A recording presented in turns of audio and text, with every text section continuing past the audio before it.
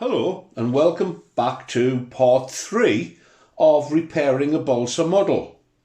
I'm about to begin work on this Junior 60, an electric version of a classic design produced by Ben Buckle Kits, and this is the area that I'm going to work on, the cabin area. But before I do so, I need to talk about something that struck me when I was looking at the plans and the bits that Roy picked up. And that is how weak the design is. It's lacking any gussets in the uprights to bind these to the main structure, anything in the upper part of the uprights to make secure the upper section that the wing sits on, and anything in the corners to hold the whole structure rigid. Now, the reason that I noticed that so much is because I've built a Junior 60 before, for a friend as it happens, and that has a quite radically different design. If I just pause it here for a second, I'll show you what I mean. Here you go. This is the model that I built for a really very dear friend, Dennis, who's no longer with us, unfortunately. And the first thing that you can see straight away as you're looking into the cabin here is that there are these strong gussets in each corner to hold the cabin very rigid, and they are missing from this design altogether. The other thing that's missing, if I tilt it so you can see in the corners, each upright which makes the framing for the windows has a gusset which has been filed away to make a nice round shape, which I did, but the gussets are there to add structural strength. So it's my intention that when I put together this model for Roy, I'm going to actually make it like this one, because this is extremely strong, extremely rigid, and it's clear that the design here isn't. And that's part of the reason why I think it parted company so dramatically from the rest of the model. So let's crack on and get started on this rebuild. Let's get busy. So the only part of this that I'm going to retain is this forward section. These have broken off towards the rear of the cabin area, and I'm going to actually replace these with a slightly longer length, which I'll splice into the structure that's been left behind. They're very soft as well. I don't think they're going to offer a lot of strength. So see if I can cut these off.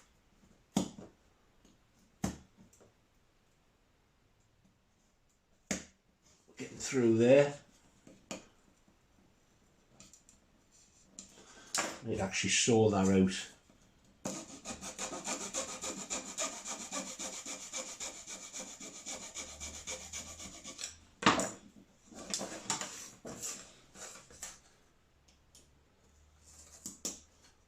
That's that one out.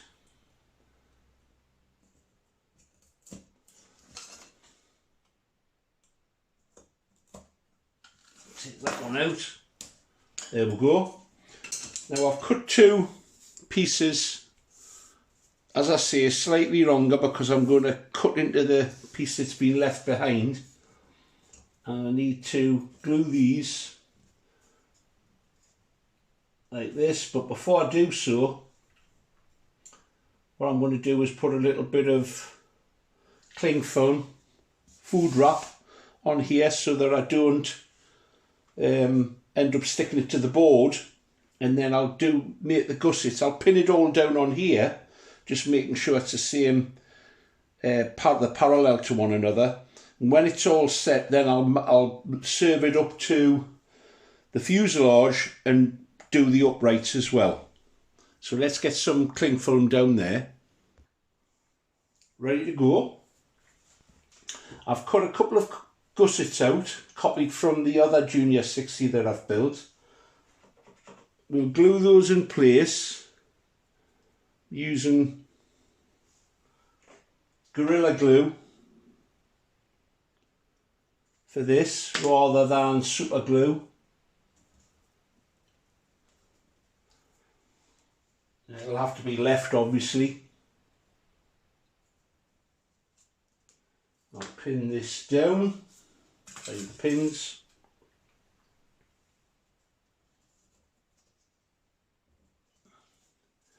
and glue the upper rail in place.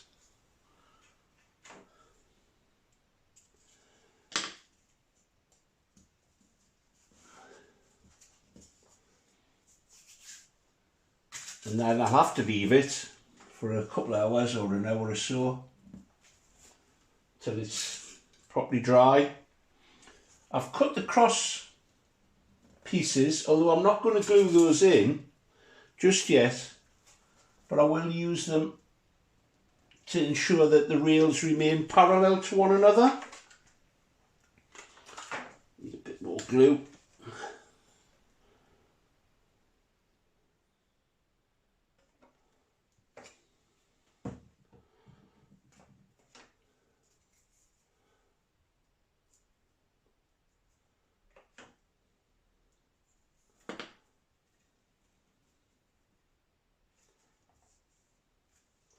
Pin that one down.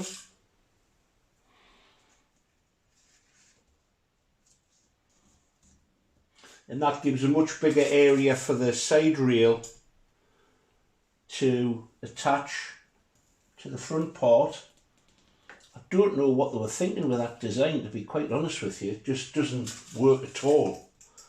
It's inherently weak, which is the last thing you need for the part of the structure which is attaching the fuselage to the wing. I would have thought it's pretty fundamental, but I suppose that's just me. And then glue the other rail in place.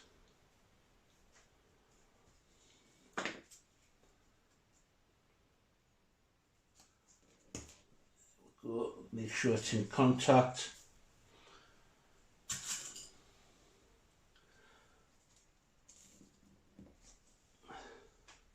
Couple of pins, and then I'll put these in just to maintain that it's kept parallel.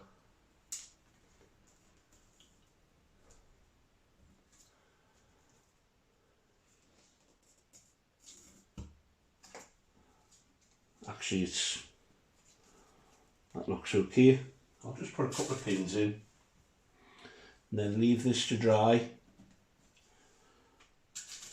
Do a couple of other jobs while I'm waiting.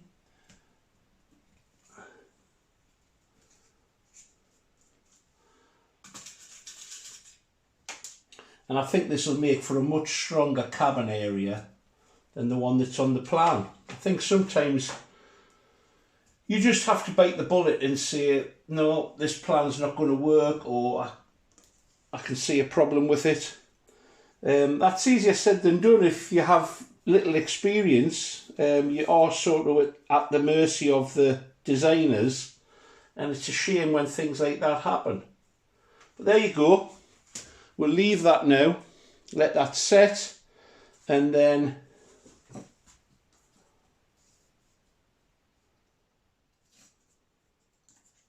just checking here. Oh, that would help.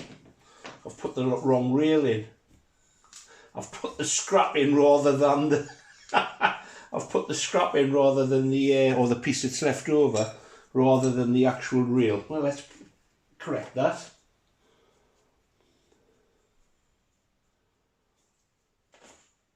Better I notice now than afterwards.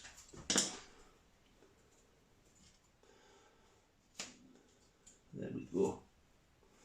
That's better. Just checking over the handiwork and realising there were different lengths. Silly me. Right, there you go. Take two, as they say. If I was dishonest, I would have just paused that and done it again. Right, so I'll leave that now, let it set. Now we've got the right pieces in. Let that set, and then we'll be ready to splice it into the fuselage itself. Back soon. Here we have a brace of Junior 60s. you can see this is the one I built for my friend, and I've now made the upper cabin roof to match this one, because as I said in the last little section, there was no gussets on the drawings for this one, and I think that was an inherent weakness. And the other thing that was missing, of course, were the upright gussets, which increase the surface area and therefore the strength of them. So what I'm going to do now is I'll set this up on the tripod and we'll start putting this in place and putting the uprights in place, and then that'll finish the main constructive part of this rebuild. I think I'll start by gluing the roof on, suspended, and then I've started to cut out the uprights in matching pairs so that they're both identical lengths. So I'll glue this on first, making sure it's all nice and square, then put the uprights in and then the diagonals to add the strength. So here we go.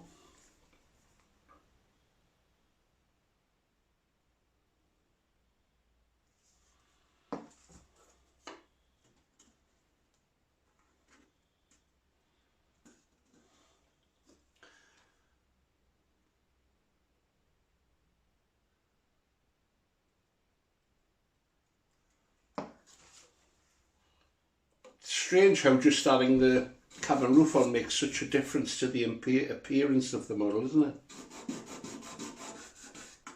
Just screams out nostalgia and vintage to me.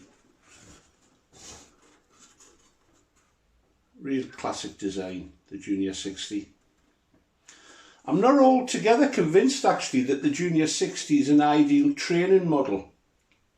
And a lot of people say, oh, it's nice, it's a benign model. Well, yes, it is when it's gliding, but they're designed in such a way, the idea of these as a free flight model was to get them upstairs as quickly as possible. And I've experienced from watching 2 or 3, no more, of Junior 60s fly, that there's enormous difference in the trim characteristics between powered flight and gliding flight.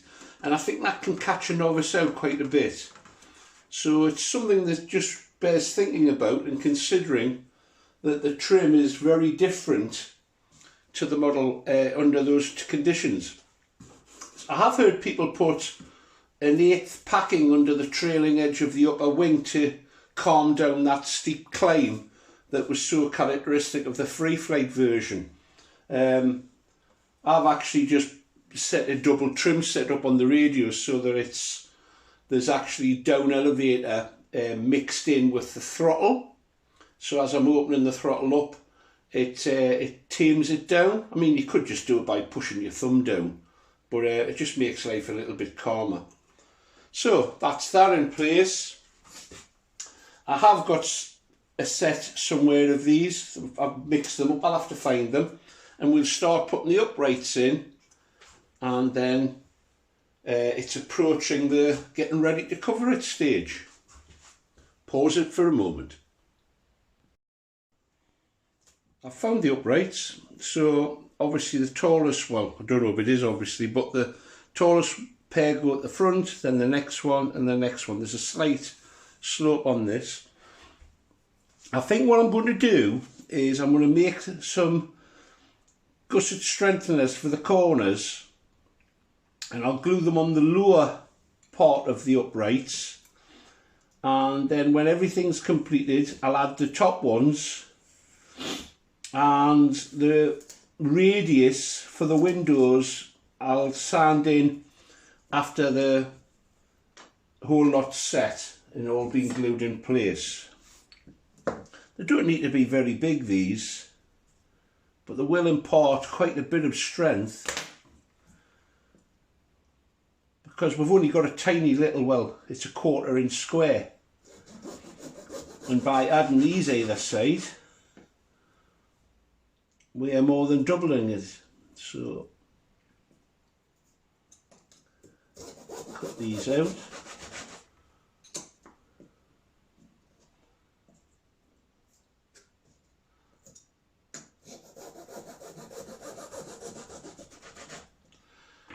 Right, and I'll cut those diagonally because we only want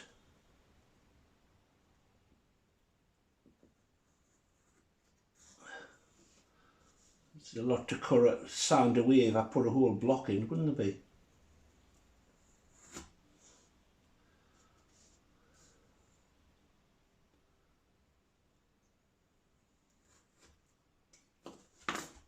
Start with the first two.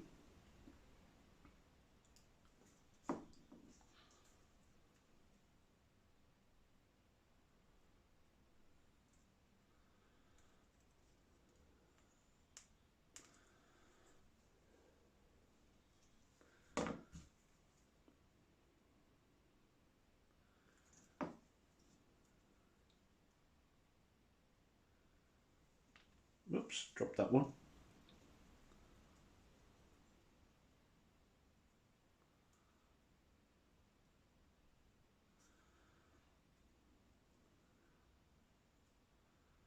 Find if the super glue dries onto the surface before you get it together, it doesn't make as good a bond. If you put a subsequent layer of super glue on, I mean. There you go, sticking to the moisture in my finger. So, first one, lining up.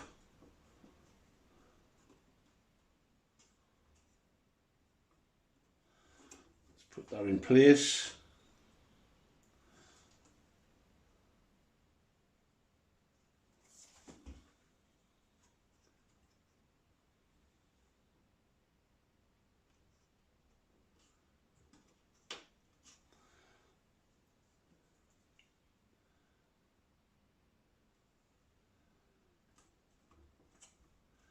Then pull that down. I'll pull that down when I've glued the other one in, I think. Yeah. We'll turn that round. Get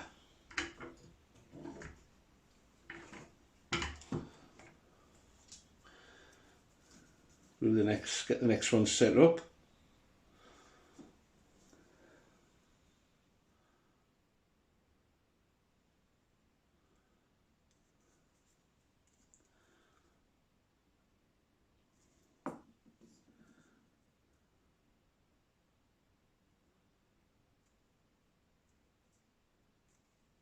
There we have it.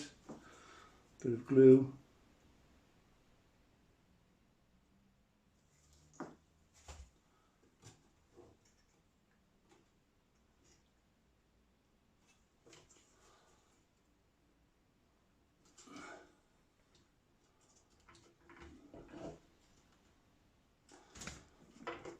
There we have it.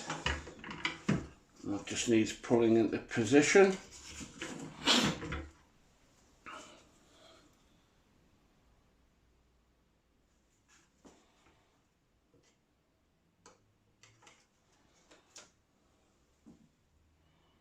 And there we have a cabin beginning. I'll put these in, repeat this, and then we'll come back. I'll get on with that off camera. I'll glue everything in place, and then we'll come back when I'm radiusing out these windows. And there we have it. The main rebuild is now completed. All that remains is to fill in little areas, give it a sand down, and then do the covering. But you can see that that's quite a substantial structure now. A departure from the plan, of course, is the addition of these little gussets, which I'll actually sand out into a nice radius. These parts weren't on the plan. For the electric version, the Ben Buckle Junior 60 at least, but it makes an enormous difference to the strength of this whole part of the structure, and I think it's a worthwhile addition. Small gussets like that add negligible weight to a model, but enormous increase in the rigidity and strength. So that's the basic build completed. I'll finish off with one little shot of the whole thing when it's covered, but in terms of the reconstruction, that's the work done. I hope it goes to show that balsa models can be put back together. A little bit of thought, a little bit of care, and you can bring them back to life. I could have done away without this, but it made for an easier rebuild. I could have left that out and just very carefully spliced stringers on, but I think for the additional bit of weight, it's not going to be a major issue. I'm pleased with it. I hope that Roy's pleased with it, and we'll get this back into the air in the not too distant future, I hope. Thanks for watching now.